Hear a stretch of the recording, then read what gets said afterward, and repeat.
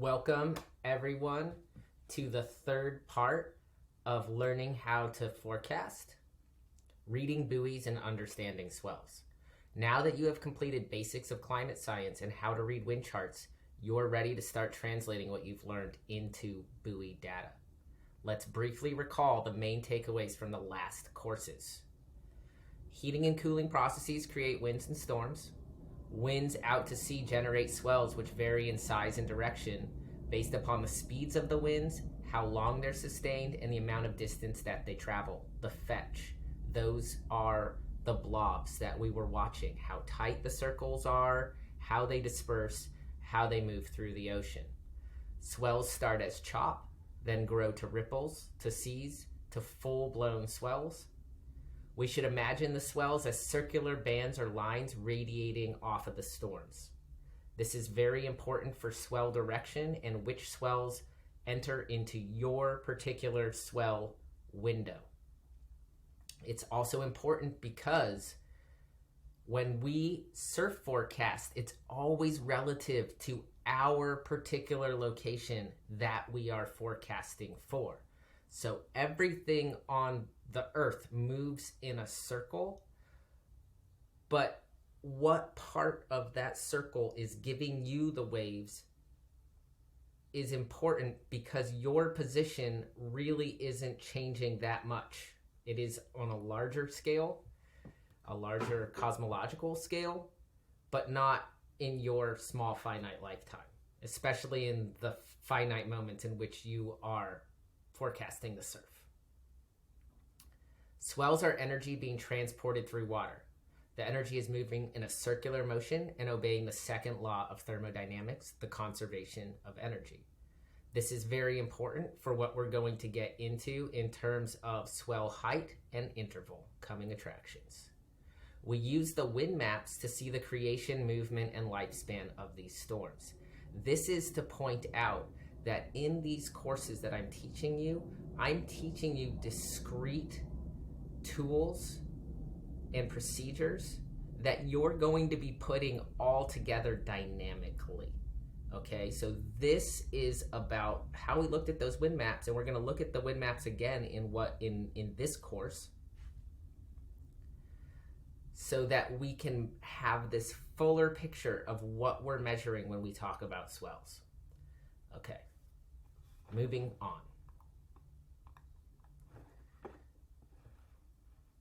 Is there a way for us to measure these swells? Yes, we now have technology to measure the swells. Wave prediction technology was pioneered during World War II to gauge the swells off the French coast for beach landings, which ultimately led to the Allied force victory. Operating out of Scripps Institute of Oceanography, Axis Force defectors, Austrian Walter Munk and Norwegian Harald Sverdrup, developed a model for categorizing swells and wave heights produced by storms. We still use this model today. Quote, Sverdrup and Munk came up with the three components of wave prediction: wind speed, fetch, and duration. Then developed formulas to calculate wave heights at the end of a given storm. Development of buoy technology to take these measurements was almost simultaneous. Researchers at Caltech, Scripps, and UC Berkeley, funded by military contracts, ultimately developed it. Willard Bascom, same waves and beaches guy, was foremost among these researchers, and he details the early days of developing buoy technology in his autobiography, The Crest of the Wave: Adventures in Oceanography. Highly recommend this book. There are some other frightening details about how some of the early buoy technology research was done measuring waves of nuclear explosions under the Bikini Atolls. Bascom actually got cancer. It's this whole crazy thing. Crest of the Wave is a crazy book. Highly recommend it. Today in the United States, the buoys are run by what we call NOAA, N-O-A-A, National Oceanographic and Atmospheric Association. NOAA also has access to a number of international buoys, and we will look at that at the end of the forecast. So let's now just go to a picture of a buoy so we can see what we're looking at here.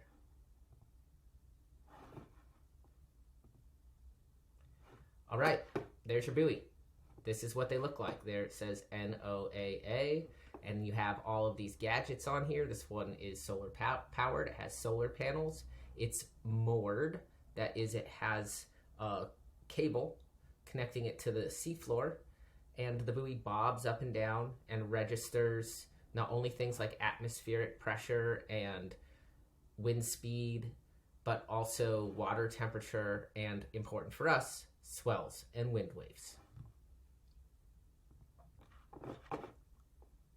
Here's our wind finder map.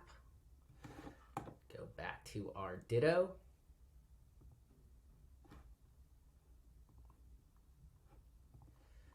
All right, like I said, buoys measure lots of things, but for our purposes, we're interested in these main data points: average wave height or dominant swell height. This is the dominant or average size of wave that the buoy is currently registering. Significant wave height, that's the largest that buoy goes up. Average or dominant interval or period, the average amount of time between waves that the buoy registers. This time refers to the space or the interval between the wave bands. So the buoy goes up, goes back down, counts 1, 2, 3, however many seconds before it goes back up again. That amount of seconds is the interval or the period. It also registers swell direction, the dominant direction of the wave bands that are hitting the buoy. I have listed here in this ditto all of the possible directions that a buoy can register. Whether any of these directions are the swell producing directions for your swell window depends on where you are on the earth. So, for example, here in Rockaway Beach, New York, I can tell you the swells that are in our window are east-northeast, northeast, east, east-southeast, southeast, south-southeast, all of these south-southwest. Once we move into these more westerly directions, when we go either way, this way or that way, those are no longer directions that we receive swell from. Let's look at an image from Waves and Beaches to get a visual representation of what is being measured.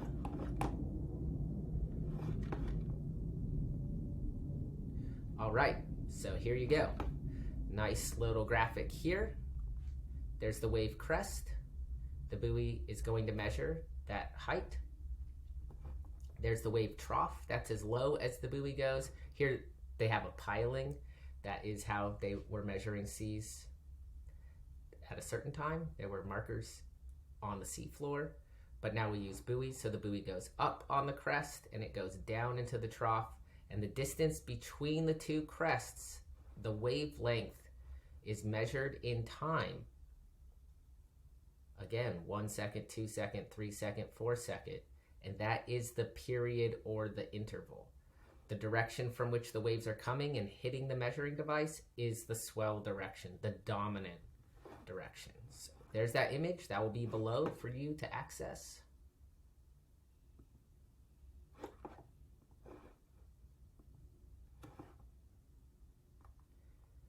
It is important where the buoys you're checking are situated off of your coast. For our examples here, we're using the Long Island buoy, the Barnegat buoy off of the East Coast, and the Monterey Bay buoy and the San Francisco Bar buoy for the West Coast. This is important because you must remember that the buoys are out to sea. So there will be a significant difference between their data points and what you see at the beach. You'll want to learn on average what the waves look like at your local beach based upon looking at buoy data over time and syncing that with the wave heights and shapes where you surf. So now let's look at some buoys. First of all, let's go back to our wind chart just so we ingrain this idea of the swirling winds chopping up the water, sending out the radiating wave bands. That's what the buoys are measuring, the swells, as they come off. So like I said, for the last course, reading the wind charts, you see a system like this with the winds going towards the south from the northwest.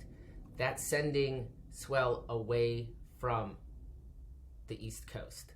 This is the live time wind chart. So when we go to the buoy right now, we should expect to see a swell direction from the northwest or the west-northwest, because the buoys that we're going to be looking at are situated just off the coast of Long Island and New Jersey.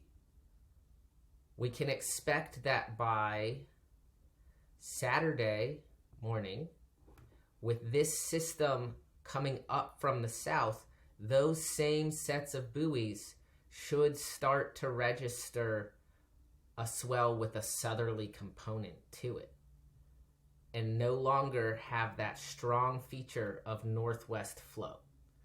We'll get more into what that means now. Let's go to the buoys.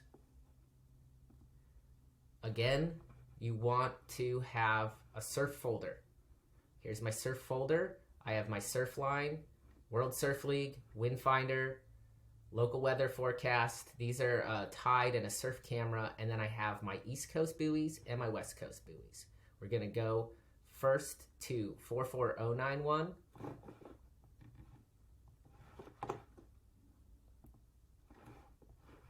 Okay, so here is the name, station 44091 off of Barnegat, New Jersey. Let me see if I can zoom in here for you.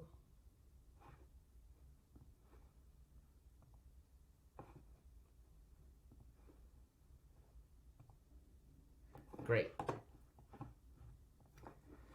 Here's a map. This little map is pretty cool.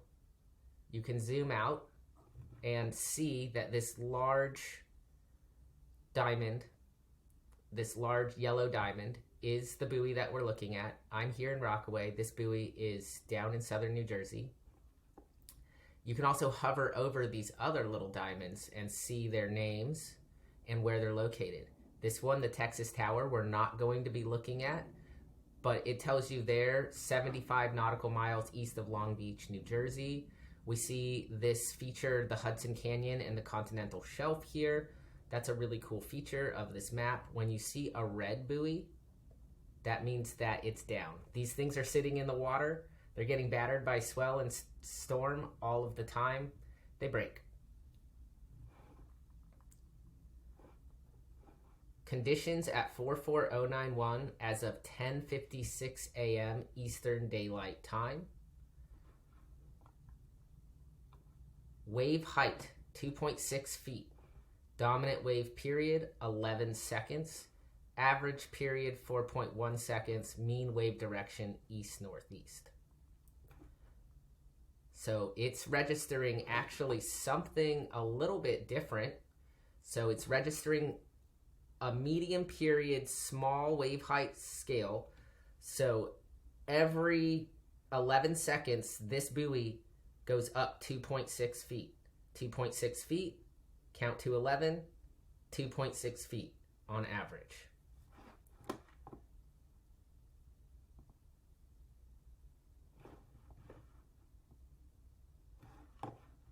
What this says to me, because that direction was east-northeast, is that these winds that are coming off the coast and now turning in a circle right here,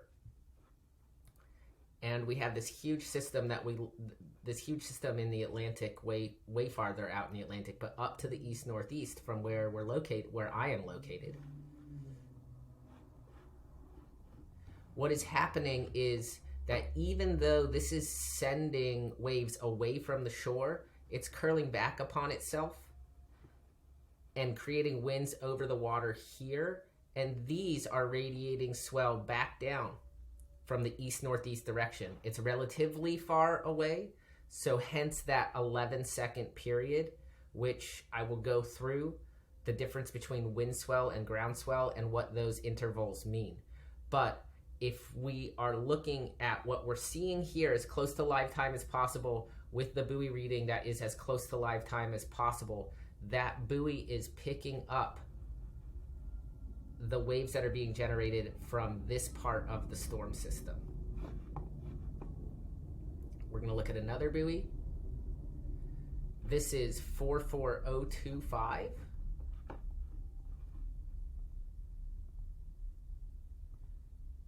This one is located right here. So 44091 was down there. This is 44025.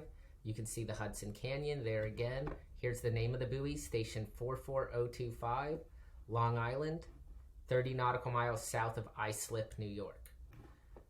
This buoy, interestingly, the surf data is down here, so you have to scroll down. This one is reading a significant wave height of 3.6 feet, a swell height or average wave height of 1.3 feet, an average period of 11.4 seconds from the east-southeast. So we're getting some two conflicting readings. What we are seeing is that there is some swell from a direction that breaks in our window being registered on the buoys. So east-southeast. When I look back at Windfinder, that must mean that something down here is getting in or reading on the buoys. I can't say exactly what it is, but it is coming up on the buoy, so we're seeing similar swells on both of those buoys. Now we're going to go to the west coast, and we're just going to look at what the west coast looks like right now. We have this storm system, nothing very organized directly off the west coast, and we're going to home in here to the San Francisco and Monterey Bay area. That's where I'm from. And we see these rather disorganized storm systems. Now let's look at their buoys. West Coast buoys. I have my West Coast buoys here. This is the San Francisco bar buoy. Here is their bottom. And you can see that's really different than what we're looking at on the East Coast. So it's this big 46237 San Francisco bar. Wave height 3.9 feet, dominant period 8 seconds, average period 6.2 seconds from the west, 51.3 degrees. Water temperature, the water temperature reading is cool too that you can get on the buoys. And so when we go back to our Windfinder, that's 3.9 feet at 8 seconds from the west. That would be this little disturbance to the west of San Francisco, producing just some wind waves, not a real significant swell for them. We go to, I believe, no, that's not the right Monterey Bay buoy. That's 460492.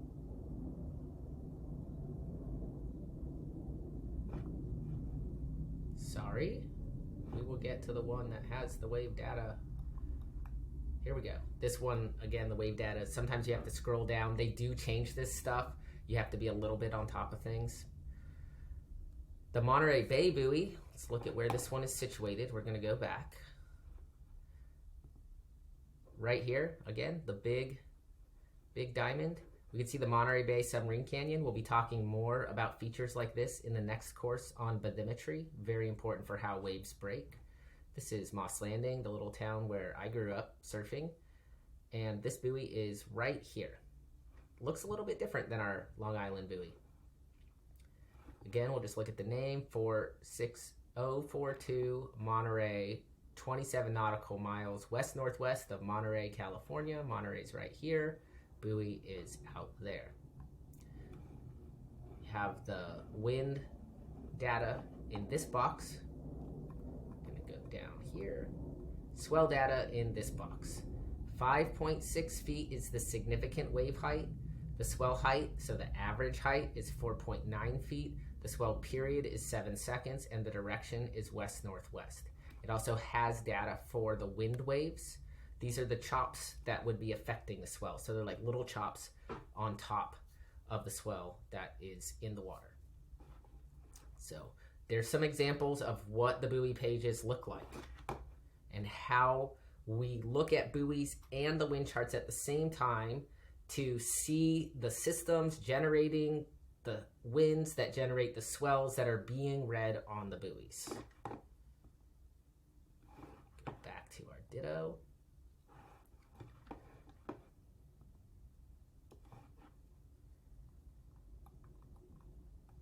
All right, I really mean this, but I'm going to move my head over again. Remember to save your favorite buoys to your surf folder. I like to put mine in their own separate folders for easy access, both on my desktop and my phone. It's important to have them readily accessible on your phone so you can see what the lifetime buoy readings are when you're at the beach. This will give you a better sense of how to interpret buoy readings for your local spots and your ability level. So I'm going to cut right now. I'm going to show you what it looks like on my phone. 1, 2, 3, cut, phone. Go down to your Safari, click your folder, find your buoy folder, click the buoy. Went to 44091, and just showing you, I'm scrolling the screen with my finger here. Buoy page shows up exactly like it does online, just smaller. There's the retroactive data that we'll go through.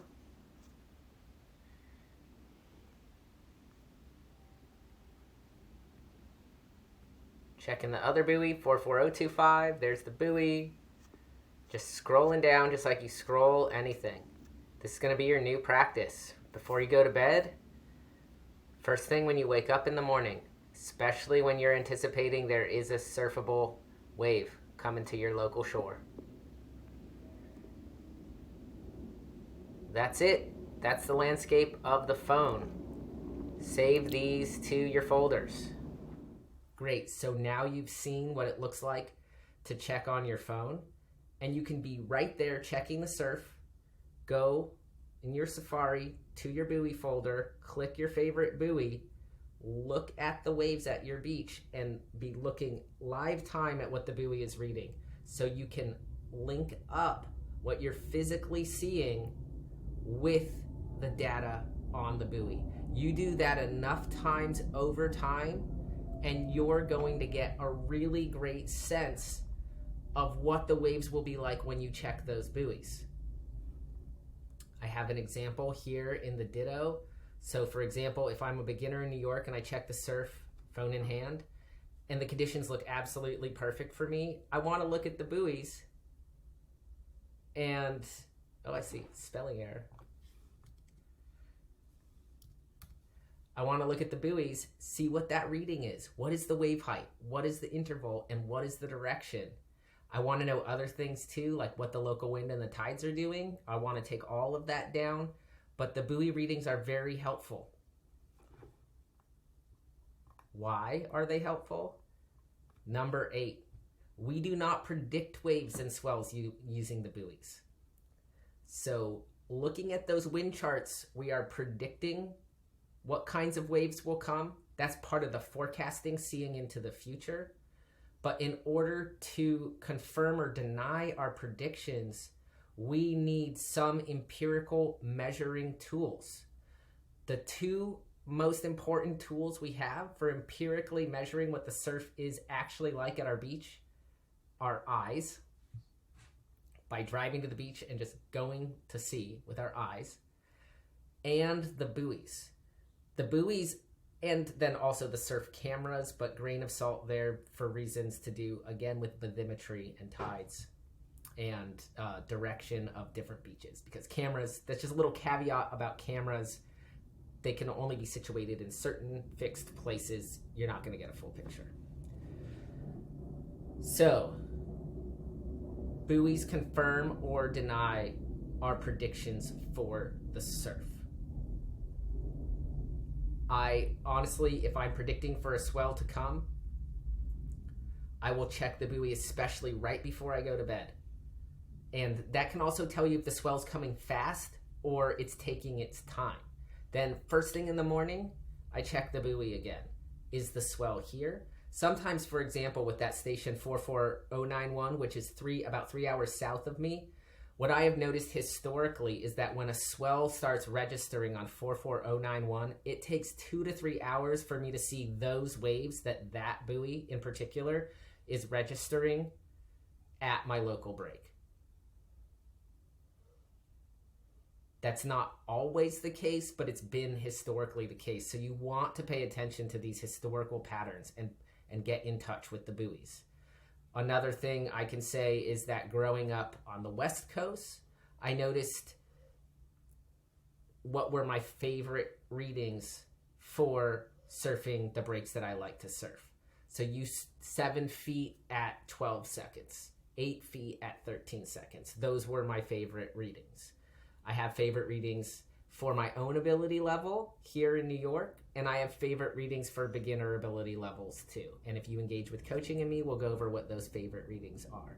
Wherever you are, because this course is designed for people all over the world to learn to forecast for your own region, you want to home in on your buoys and your favorite readings on those buoys so that when you go to bed at night and you check the buoy, you can be appropriately prepared for the next day. Even something like picking your surfboards, right? So if you're looking at a system, if you're looking at one of those big systems out to sea and you think, oh, that's a pretty big one, it could be pretty big, I might need a gun surfboard, I might need a bigger surfboard, or it's not as big as I think, I might need a longboard, it might be small waves. How are you going to know which boards you're putting in your car? Well, you're going to confirm or deny your prediction with the buoys in the morning and the night before you go to bed. And you're going to, if it is a medium range, maybe you take your longboard and your shortboard. If it is way bigger than you thought, you're definitely like, oh, I'm going to actually throw an even better big wave board in my van for today because this swell showed up a lot bigger than I thought. And this way you're not that surprised, like when it's big and people are like, I didn't expect it to be this big. If you're a person that checks the buoys, you're like, well, you could check the buoys, it's pretty big or pretty small or whatever the case. The buoys are going to give you a more accurate portrait of what's happening live time out to sea. Now let's talk about wind swell versus ground swell, two really important terms that the buoys can help you interpret. I've said this before, these categories can be misleading because all swells we surf at sea are generated by winds. It's not the case that wind swell is bad and ground swell is good, or ground swell is bad and wind swell is good. They're just different phenomena that we can measure and we can predict for. When surfers say wind swell, they mean local wind swell or short period swell. This means swells that are generated relatively close to land and thus do not have an appropriate amount of time and space to develop super long wave bands. So generally, you need at least 5 or 6 seconds of space between wave crests to make any kind of surfable swell. Everybody should be suspicious of any swell they read that has a 4-second and below period. That's not really a surfable swell. Even if it has a pretty high wave height, I would be skeptical of anything 4 seconds and lower. Once it's 5 or 6 seconds and higher, we're getting into the realm of surfable. But if that 5 or 6 seconds is coupled with a very low wave height, like 1 or 2 feet, you also want an appropriate amount of skepticism about whether that's even large enough to cause the waves to break at your local beach. I'm not saying it won't, but you do want to be skeptical of a very weak swell would have a small wave height and a small interval. Other wind swell numbers, 5, 6, 7, 8, and 9 seconds. That is local wind swell. Will generate surfable waves. We can expect those wave crests to come in very frequently. And whether or not a beach is good for wind swell or a surf spot likes wind swell, and what the best period is has to do with bathymetry. So we will take that on in the next section. What the concepts I'm trying to get you to understand here is just the difference between long period versus short period swell. Ground swell is a long period swell. It's a swell that has enough space and time to travel for those wave bands to organize. And for basically what happens is the faster moving bands overtake the little bands in front of them and take on their energy and create larger bands that are more spaced out.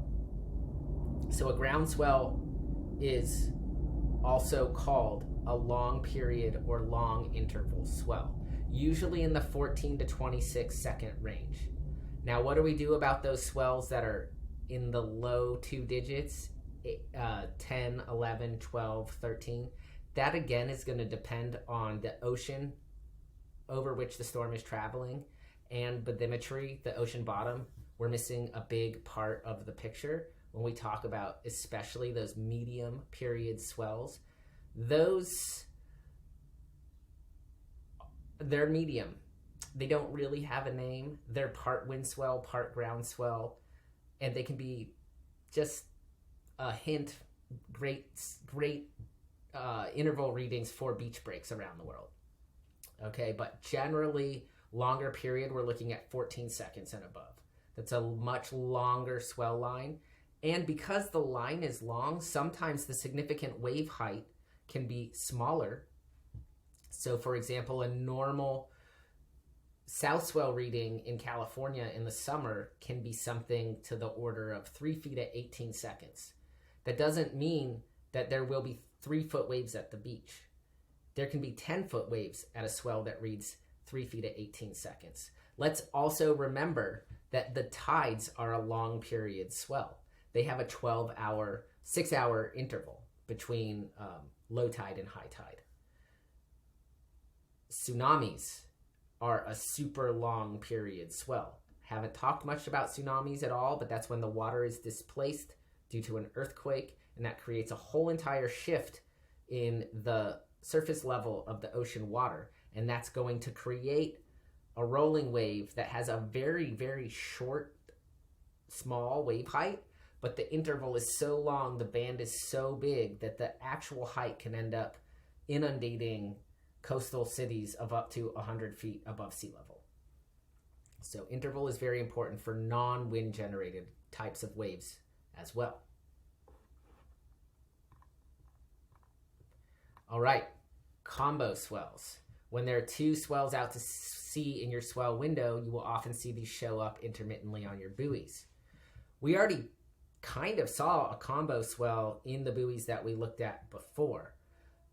One buoy said east-northeast swell direction and the other said east-southeast. Now that can either be the same components or different components of the same swell, just touching different buoys because they're located differently, or it can be two different swells. Those ones looked like different components of the same swell because they had very similar readings. They were both about an 11-second interval and around that 2-foot wave height. So that will clue me in. If you see the readings look really similar, but the direction is different, those are probably just different components of the same swell, not a combo swell. A combo swell, you might see a pretty radically different direction. So for the, let's just do a hypothetical example here.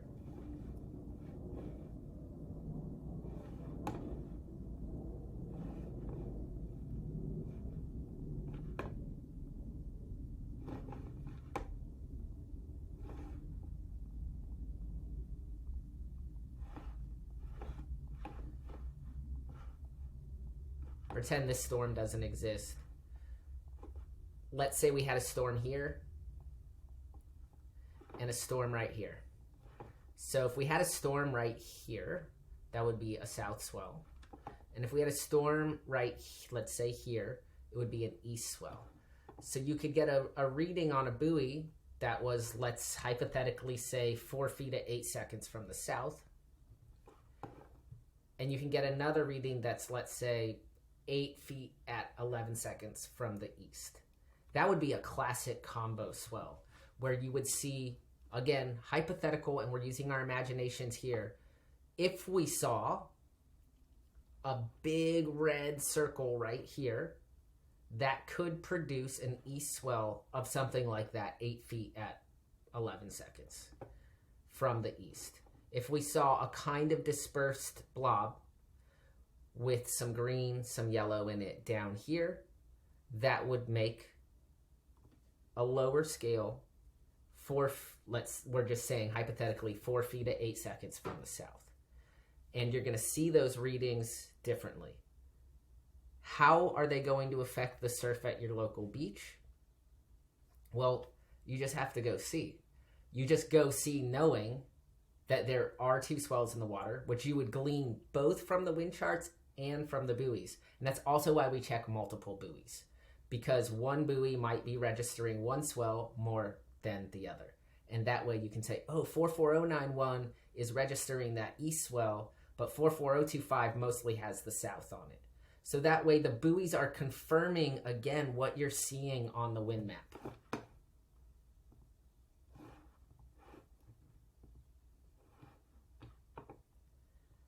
Just to reiterate here, the storm further out to sea should have a longer interval than the one closer to land. This doesn't mean that it's a better or worse swell necessarily. It just means that the wave bands have longer to travel and therefore will necessarily be more spaced out than the bands that are emanating from the system closer to land. All right, we're getting to the end here. This is a longer course because it's getting into some more fine-grained data points that are really important for surf forecasting. But one of the coolest things about the buoys and getting in touch with them and saving them to your surf folder on your phone and on your desktop is that you can retrodict the data. Yes, you can retrodict the data. And this is super awesome for learning about what are the best conditions at your local surf spots and for your particular ability level and what you're looking to surf. Let's see what I mean.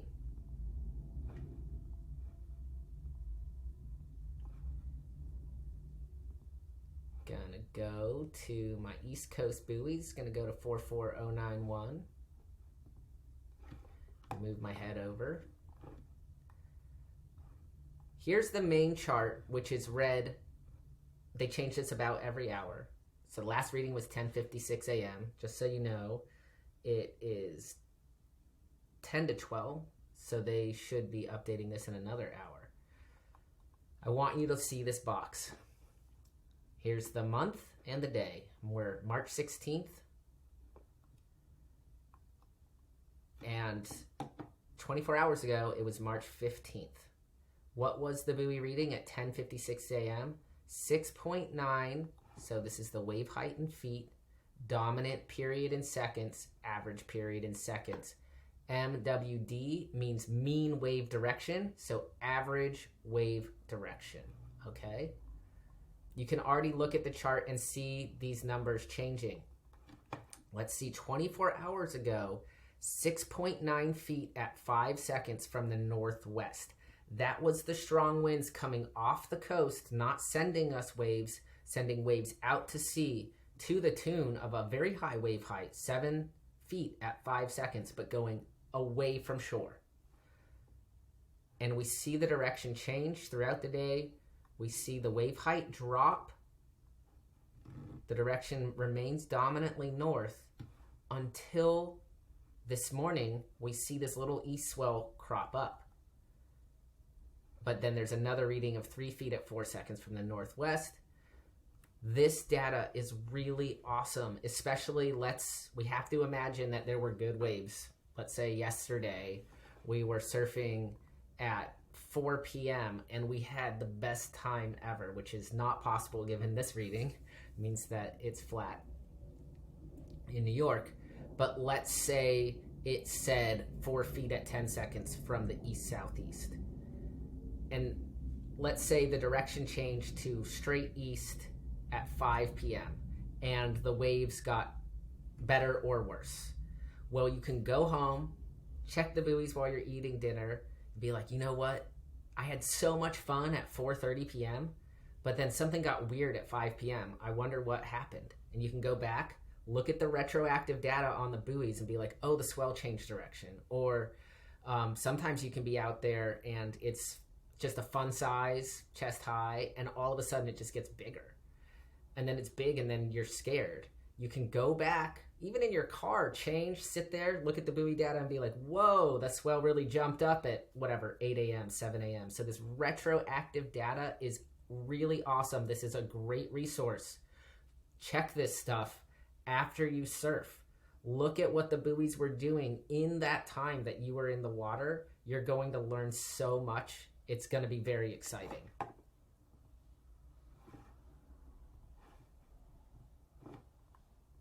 All right, last, how do you find your buoys? I've shown you 4 buoys The two main sets of buoys that I check when I'm surfing in the areas where I live, basically, I'm from that area of the West Coast where I showed you those buoys, and I live in Rockaway Beach, New York. So those are my main buoys that we went through. How do you find yours? Well, check this out. Super cool.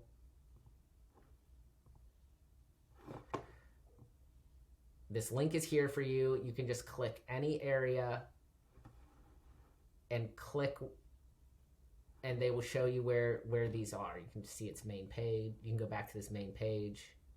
Here's my Long Island buoy.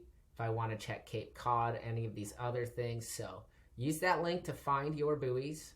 There's also ways on Surfline that you can do that. If you have questions, you can email me. I can help you find your buoy.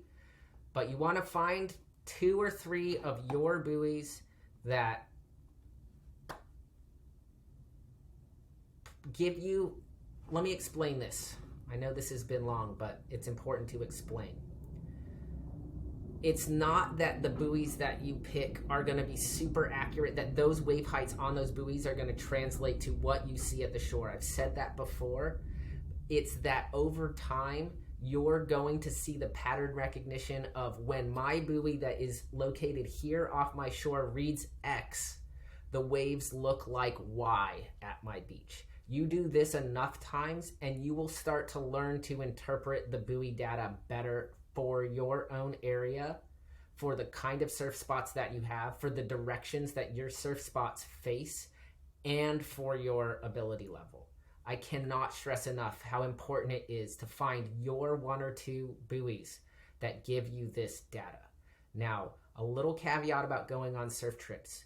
Yes, you can find the buoys for the area where you're going surfing anywhere in the world. I will say some places do not have buoys. Some places do not fall under the aegis of this NOAA system. There may be other buoys that are owned by the municipality or principality that governs the nearshore waters. That's possible. You may have to do some Googling to find that if you want to know the buoy data for those places. I recommend this especially if you're going to be somewhere for a long time, but if you're just on a short-term surf trip, you may only want to look at those general storm patterns and be like, looks like we're getting a swell, or looks like we're not getting a swell. You do want to get clued into the bathymetry of those places. We're going into bathymetry next session. It's very important for starting to put all of this together in terms of understanding how waves break, the way that they break. That's just a little bit about going on surf trips, finding your buoys for your area, and how much you really need to get into the buoy data to be able to check your predictions against the live time data. Last, I want to say and remind you that the most accurate is your eyes. So the wind maps are predictive. The buoys are empirical data about what is happening and retrodictive data about what happened in a 24-hour window. And your surf checks are starting to put all of these things together. We have not gone through tides. We have not gone through bathymetry and different coastal shapes. And we're also going to talk in future courses about how to read mainstream surf forecasting sites like Surfline and Magic Seaweed, given that you're now smarter than they are about checking this buoy data. I hope this was helpful to you. Remember to get the PDFs below. There's the vocabulary, and I have a resources list. Click all the links, get all the JPEGs, save your surf folders, and get to your buoys.